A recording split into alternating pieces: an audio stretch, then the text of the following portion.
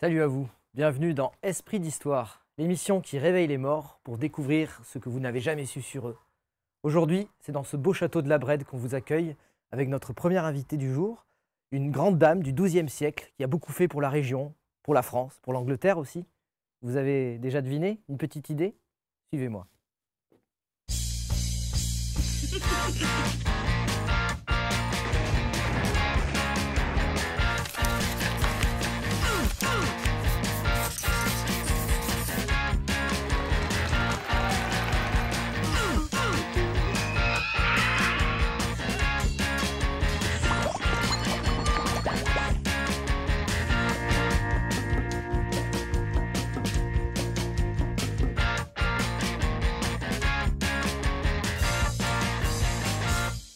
Alors nous n'allons pas prolonger ce suspense plus longtemps. Nous sommes ici dans les salons du château de la Brède et nous allons accueillir la sublime, la magnifique Aliénor d'Aquitaine, ici présente, ressuscitée pour vous.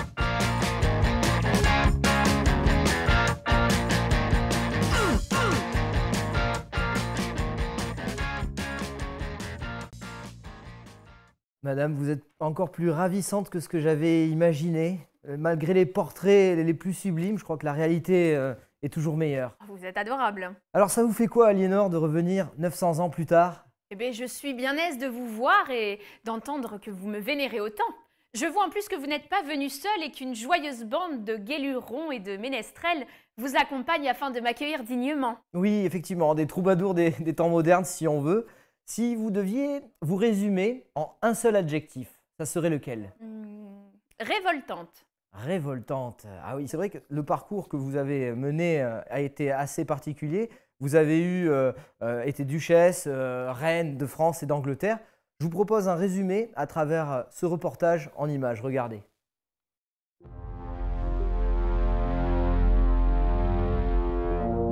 Au XIIe siècle, Aliénor d'Aquitaine a été 2 fois reine, de France et d'Angleterre. À 14 ans, elle hérite du duché d'Aquitaine. À 15 ans, elle épouse le roi de France, Louis VII.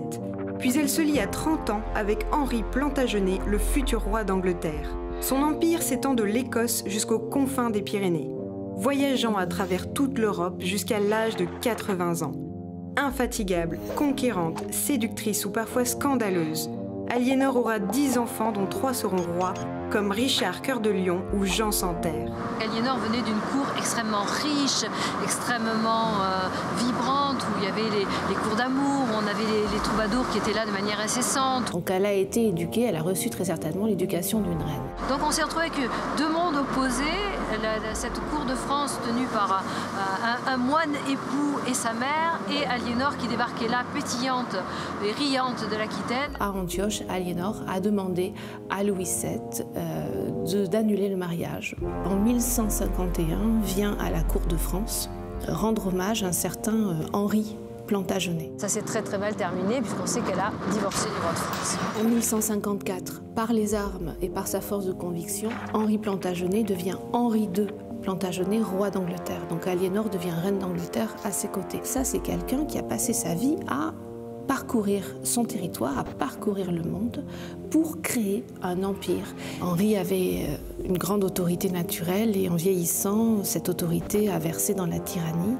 Elle est restée 16 ans, quasiment, en prison, enfermée par Henri II. Ces 16 ans d'emprisonnement, qui auraient pu l'effacer de l'histoire, elle y a survécu. Donc jusqu'à la fin, elle est restée une maîtresse femme, absolument débordante d'énergie, et surtout de courage. Beau parcours, hein? Oui, et puis j'aime... Comment vous parlez de moi, c'est assez émouvant, j'avoue. En 900 ans d'histoire, on n'a pas trop déformé votre vécu, ça correspond à peu près à la réalité? Ça correspond à peu près, oui. Et alors le moment le plus marquant de votre vie, c'était quoi? C'était ces 16 ans d'emprisonnement, les croisades, quand vous avez voyagé, traversé l'Europe? Ah, c'est vrai que les croisades restent un moment assez important pour moi, parce que déjà, ce n'était pas la place d'une femme. Et puis surtout, j'ai pu amener tous mes troubadours, j'ai découvert l'Orient et ses mystères, et ça m'a fascinée. Vous êtes senti seul à certains moments? Oui, à certains moments, même si j'étais énormément entourée, il était compliqué de se sentir reconnue et comprise. En tout cas, vous l'êtes encore aujourd'hui, vous n'avez pas été oublié de l'histoire, ça je peux vous le dire. Il y a des gens qui vous connaissent par cœur sur le bout des doigts. Et parmi ces gens, on en a invité une écrivain, Mireille Calmel. Ma chère Aliénor, quel bonheur. Bonjour, Antoine. Si vous me permettez. Bien sûr, Et je que vous vous permets. Asseyez-vous, C'est asseyez-vous. magnifique Quel aussi. bonheur pour moi de vous rencontrer enfin depuis le temps que je vous écoute dans le creux de l'oreille. Ah. Que d'émotions, Mireille. Je vois que ça vous fait vraiment quelque chose. Infiniment. Alors, vous avez écrit 23 bouquins, dont 6 livres sur Aliénor d'Aquitaine. Oui. Mais D'où c'est ça que- vient, cette passion? Elle a une vie tellement remplie et tellement merveilleuse. Merveilleuse, attention, j'imagine que la vivre ne devait pas être aussi merveilleux que pour moi à l'écrire. Mais cette passion, elle est née d'un de vos troubadours, madame. Ah bon? Oui, Geoffrey Rudel, Ah, qui est Ce- parti en croisade avec moi. qui est parti en croisade avec vous. Et j'habite, figurez-vous, tout près de son château. Ah. Et donc, un matin, je me suis vue devant ce château, au jailli de ses ruines, et j'ai entendu une merveilleuse musique. Et je me suis dit, tiens, qui était-il cet homme? Et votre nom chantait dans mon oreille. Et brusquement, voilà, tout s'est illuminé, et j'ai eu envie de raconter votre histoire. Vous sentez des points communs entre Aliénor et vous? Ah, je n'aurais pas... Non, pas à ce point-là. Je pense que je suis une femme téméraire aussi. Il le faut. Mais je n'ai pas encore 82 ans, je ne suis pas certaine de ce qu'elle a fait. Vous les faites pas, je vous rassure. Ah bah merci. Vous auriez pensé, Aliénor, que 900 ans plus tard, on puisse encore vous admirer? Ah non, non, je pensais qu'après avoir passé 16 ans dans ce donjon, on m'aurait oublié. Ah ben non, Mais pas comment du tout. vous oubliez? Comment vous oubliez? Vous vous êtes libérée toute seule. Oui, mais bon. Ça vous aurait plu de vivre à cette époque, au XIIe siècle, Mireille? Du côté des grands, oui. Moins du côté des petits. En tant que princesse, à la limite. mais- En tant que cette fameuse dame de compagnie, Loana de Grimoald, dont vous vous souvenez certainement, Oui.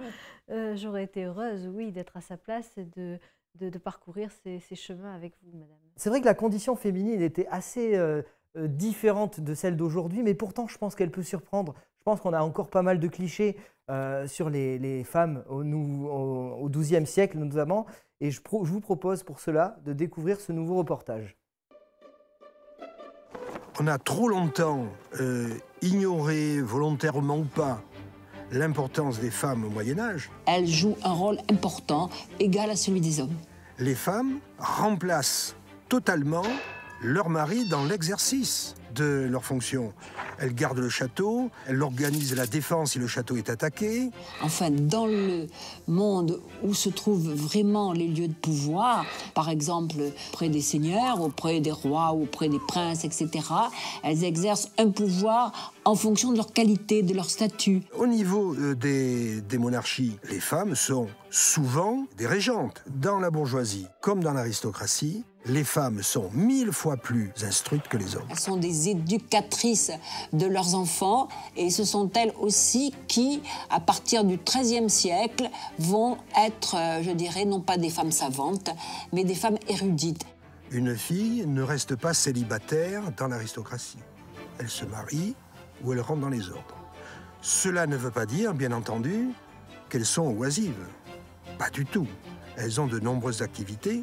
Les filles de l'aristocratie vont apprendre à lire, à chanter, à jouer d'un instrument, vont s'intéresser à la fauconnerie, à l'astrologie. Le mariage, c'est à la fois un événement familial, un événement juridique et matériel, et aussi un événement organisé par l'Église.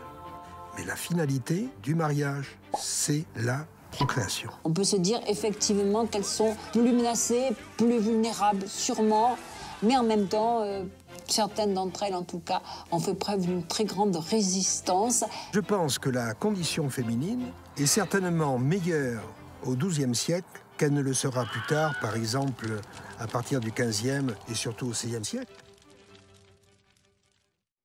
C'est surprenant, hein. Je pense que beaucoup de gens ont ces clichés de la femme du Moyen-Âge qui est juste là pour élever des enfants. D'où ça peut venir, Mireille, cette impression qu'on a aujourd'hui? Les visiteurs. Les visiteurs? Non, je plaisante. Mais parce que pendant très longtemps, on a vu effectivement le Moyen-Âge comme une période très rustre et sans couleur. Peut-être parce qu'on sait pas. On a essayé de faire une différence entre le Moyen-Âge et ce qui a suivi, ce que vous n'avez malheureusement pas connu, Aliénor, c'est-à-dire la Renaissance. Donc d'un côté, il y avait les barbares, de l'autre côté, il y avait les gens qui étaient ouverts aux arts, qui étaient tout ça. Mais Aliénor, vous vous en conviendrez avec moi, vous êtes la première dame des troubadours, c'est vous qui avez insufflé cette magie du texte, du Finamore. C'est vous aussi qui êtes à l'origine de la légende arthurienne. C'est ça. C'est vous qui avez permis l'écriture en langue romane. Donc aujourd'hui, si mon roman existe, c'est grâce à vous. Beaucoup de culture, beaucoup de poésie, Aliénor, et pourtant 10 enfants que vous avez éduqués. Comment vous avez fait honnêtement pour faire à la fois de la politique, de la culture, des voyages et à la fois éduquer ces 10 enfants? Je ne les ai pas éduquées toutes seules. J'avais des femmes de chambre qui étaient là. Il y avait des personnes qui étaient là pour m'aider. Et puis leur précepteur. Oui, Quel grand précepteur, Thomas Becket, entre autres. C'est ça. Enfin, je veux dire, l'immense Thomas Becket. Notamment. Aliénor, je vous propose de jouer à un petit jeu. Dans cette boîte, des objets du 21e siècle. D'accord. Que vous n'avez pas à l'époque. Et il faut essayer de deviner à quoi ils servent. Donnez-moi ça. J'aime beaucoup les jeux. Alors. C'est très bizarre. Ça ressemble à des petits bonbons. Alors oui, des petits bonbons si on veut, mais il ne faut pas les prendre dans n'importe quelle condition. Vous qui avez eu 10 enfants, je ne sais pas si vous avez tous voulu les avoir, vous n'étiez pas en bon terme avec chacun d'entre eux. Ça aurait pu vous aider. Uniquement le dernier, mais bon, pour des raisons quand même... faut être honnête quand même. Enfin, je veux dire, à partir du moment où la maîtresse du roi décide que le dernier est censé tuer madame, moi j'aurais fait pareil. Ça se comprend. Ça s'appelle on comment, aurait peut-être... Alors ça s'appelle des pilules. Et ce sont des bonbons, entre guillemets, mais pour empêcher d'avoir des enfants, ou du moins pour contrôler le nombre d'enfants que vous vouliez. Donc ça aurait peut-être pu vous servir. Ah ben oui. Je vous amène à présent, j'ai une autre surprise pour vous. Vous êtes une femme de culture, vous avez été au combat. Eh bien, on va vous montrer un combat des temps modernes. Ah bah. Ça se passe à l'extérieur du château. Allez-y. Vous nous suivez? Oui, bien sûr. Allez-y.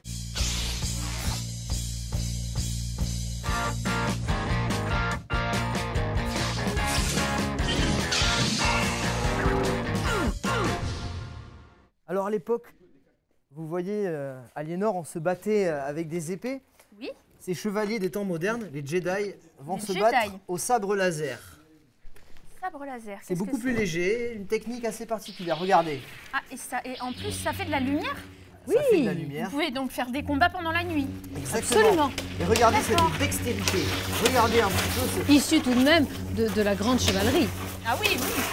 Et les costumes n'ont pas l'air très protecteurs quand même. Non, effectivement. En même temps, une...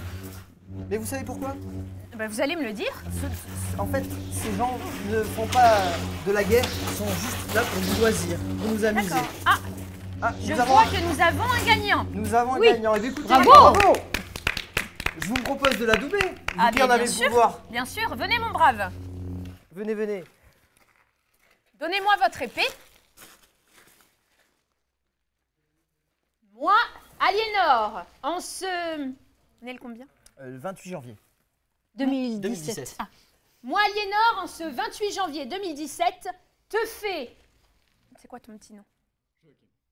Te fais Joachim, chevalier du château de la Brède. Bravo. On l'applaudit très fort. Tenez mon cher, vous pouvez vous relever. Pour immortaliser l'événement, je vous propose de faire une petite photo. Alors, photo, qu'est-ce que c'est? C'est en fait comme une peinture. À l'époque, on vous peignait avec des portraits, etc. Sauf que là, c'est instantané. Il n'y a pas besoin d'un peintre qui peint. Vous allez voir. C'est un peu comme une boîte de peinture. Comme une oui, boîte mais de enfin, vous allez voir, c'est un peu de la magie. Alors, la magie, Loana approchez-vous, Joachim. aurait très bien Ah. Alors, allez-y, venez mon cher. Allez, appelons ce cher Merlin et vous allez voir. Ah, allons-y. Attendez, parce qu'il faut que je règle. La magie instantanée à moitié. Alors, regardez. Quelques petites... 2, 3. Et ça va sortir ici, regardez. Mais donc là, c'est magnifique, dites-moi. On attend un petit peu, quelques minutes, et vous allez voir petit à petit votre visage apparaître Mais à c'est l'écran. parfait. Je vous l'offre. Merci beaucoup. Tenez. C'est adorable. Comme ça, vous pourrez retourner dans différentes contrées et présenter cette œuvre d'art, par exemple, quand vous retournerez dans le passé. Ah, cela étant, Aliénor, un petit conseil. Vous connaissez les dangers du voyage dans le temps, n'est-ce pas? Donc, ne laissez pas traîner ça quelque part, parce qu'on ne sait jamais. Ça pourrait modifier le cours de l'histoire. Avant de nous quitter, Mireille, le nom de votre dernier livre? Un dernier baiser avant le silence, Aliénor, bien évidemment. Je suis tellement heureuse, madame, encore une fois, de Merci vous beaucoup. avoir croisé enfin. Et c'est la fin de cette émission. Je vous remercie de nous avoir suivis. Esprit d'Histoire, l'émission qui réveille les morts pour en savoir plus sur eux. La semaine prochaine, nous avons rendez-vous avec Monsieur Napoléon Bonaparte. D'ici là, continuez à être curieux, continuez à vous intéresser à l'histoire, parce que comprendre notre passé, c'est mieux appréhender notre futur. À bientôt. Au revoir. Au revoir. Comme ça, la petite main sur le Oui, côté. vous avez raison, Olivier.